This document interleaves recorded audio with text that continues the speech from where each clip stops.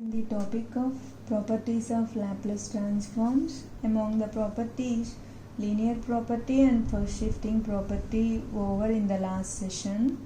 Now we are going to do multiplication by t property, the or Laplace transform of t into f of t. So under L, together with the function f of t present in the multiplication. That's why we are calling this as multiplication by t property.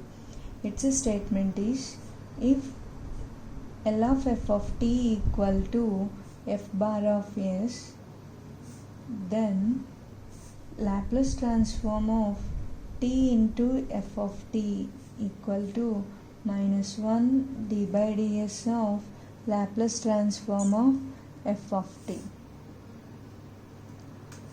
In any statement, if condition means, that is after the word if, that is the given information, and we need to prove after then, that is we have to show L of t f of t equal to minus 1 d by ds of L of f of t.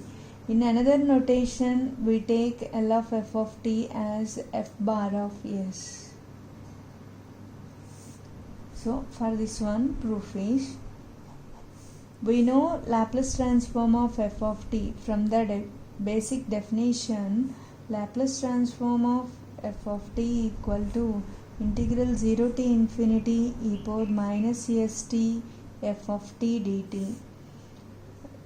To this equation, take derivative on both sides, that is taking d by ds with respect to s differentiation. Taking d by ds on both sides, we get d by ds of Laplace transform of f of t equal to d by ds of integral 0 to infinity e power minus st f of t dt. Here L operator, Laplace transform operator, d by ds, it is a differential operator, and integral, this is integral operator. So if we pass the derivative operator through the integral, it becomes the partial derivative. Particularly it is called a Leibniz rule. Already in the intermediate you got this condition.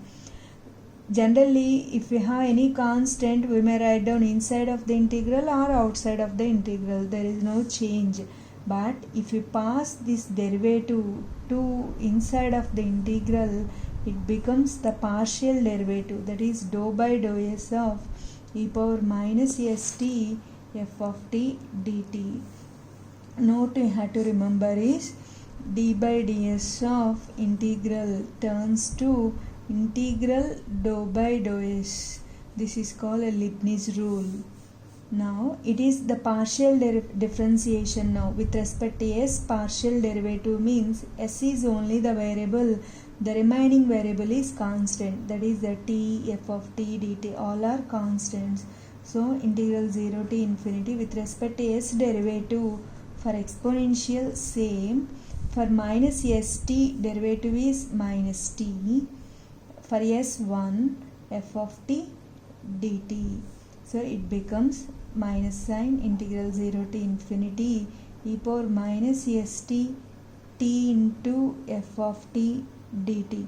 The left part is d by ds of Laplace transform of f of t. Another notation is f bar of s.